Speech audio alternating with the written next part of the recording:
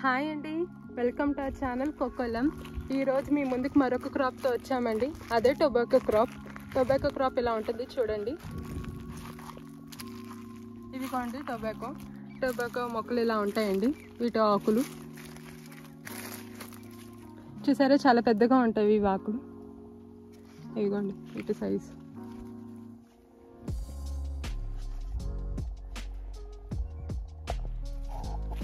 ఇదిగోండి tobacco form ఇలా ఉంటుంది. ఇవన్నీ లైన్గా ఇలా వేస్తారు. దీనికి వచ్చేసరికి ఇది లేట్ వింటర్స్ ఎర్లీ సమ్మర్స్లో వేస్తారండి. ఈ క్రాప్కి వచ్చేసరికి సాయిల్ మాయిశ్చర్గా ఉండాలండి. అందుకే ప్రతి మొక్కకి వాటర్ అందేలాగా పైప్ లైన్స్ పెడుతూ ఉంటారు. ఈ పైప్స్ ద్వారా ప్రతి మొక్కకి వాటర్ అందేలా చూస్తూ ఉంటారు. ఇవి మ్యాక్సిమం 2 feet హైట్ వెళ్తాయండి. 2 feet అయ్యి ఆకులు కూడా చాలా పెద్ద సైజులో వెళ్తూ ఉంటాయండి.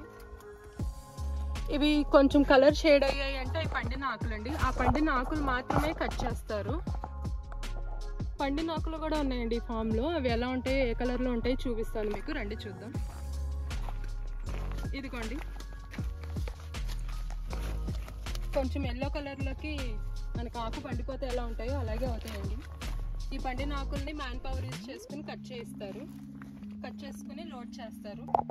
ఈ క్రాప్ యొక్క ఎర్లీ ప్రాసెస్ ఏంటి అంటే, ఫస్ట్ సీడ్స్ తీసుకుంటారు. ఆ సీడ్స్ని ఈ ట్రేస్లో వేస్తారండి. ఇవిగోండి ఈ ట్రేస్లో వేసి సాయిల్ వేసి అవి జర్మెంటేషన్ అయ్యే వరకు ఉంచుతారు. జర్మెంటేషన్ అయిన సీడ్స్ అవన్నీ ఇలా తీసుకొచ్చి ఇలా చిన్నగా ప్లాంటేషన్ చేస్తూ ఉంటారండి. ఇవి యంగ్ ప్లాంట్స్ కాబట్టి సాయిల్ మాయిశ్చర్ అనేది పోకుండా ఉండటానికి పైన పాలిథిన్ లేయర్ లాగా ఉంచుతారు.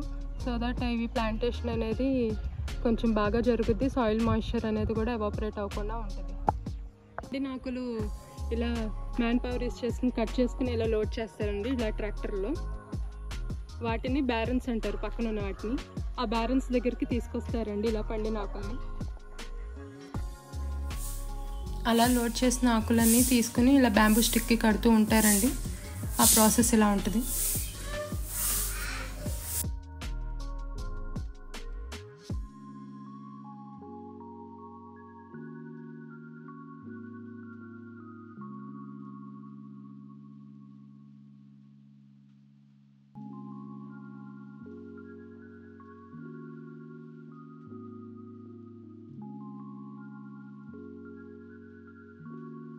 ఆకులు కట్టిన కర్రలని ఒక 800 to 900 ఈ బ్యారన్స్లో పెడతారండి.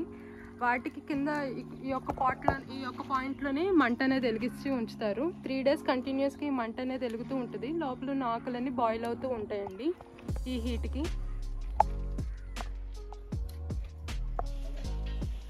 మనకి 3 days కంటిన్యూస్గా మంట పెట్టి బాయిల్ చేసిన ఆకులు ఇలా ఉంటాయండి. ఫైనల్గా ఇలా వస్తాయి మనకి.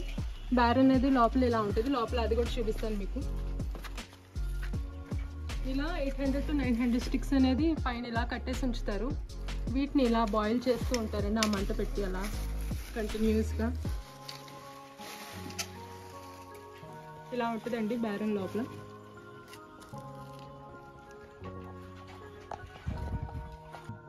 ఇందాక మనం ఫైర్ చూసాం కదండి, ఆ ఫైర్ పాట్ అనేది అదండి. అక్కడ నుండి మనకి స్టీమ్ అనేది ఇలా పైప్ లైన్ ద్వారా పాస్ అవుతూ ఉంటుందండి. ఆ హీట్ వేపర్స్ అనేవి పైకి వెళ్ళి ఈ ఆకుల్ని బాయిల్ చేస్తాయండి. ఇలా ఒక్కొక్క బ్యారన్ వచ్చేసరికి 5 to 8 క్వింటాల్స్ సింగిల్ టైంలో ప్రొడ్యూస్ చేస్తాయండి. ఇలా ఆకులు బాయిల్ అయినవి మనకి క్వింటాల్ వచ్చేసరికి 40,000 ఉంటుంది. లాస్ట్ ఇయర్ అయితే 40,000 సెల్ చేశారు క్వింటాల్ రేటు. ఈ ఇయర్ అనేది మనం ఇంకా డిసైడ్ చేయలేము.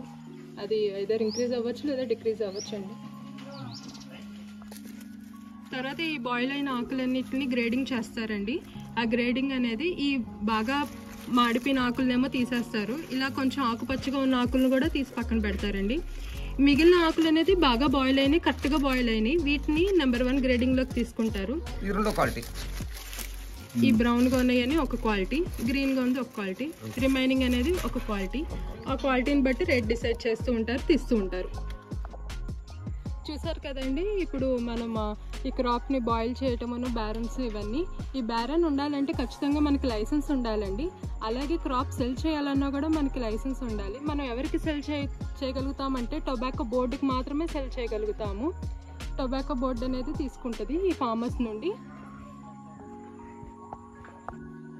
ఇలాంటి మరిన్ని ఇంట్రెస్టింగ్ వీడియోస్ కోసం please to subscribe to our channel కోకోలం. Thank you.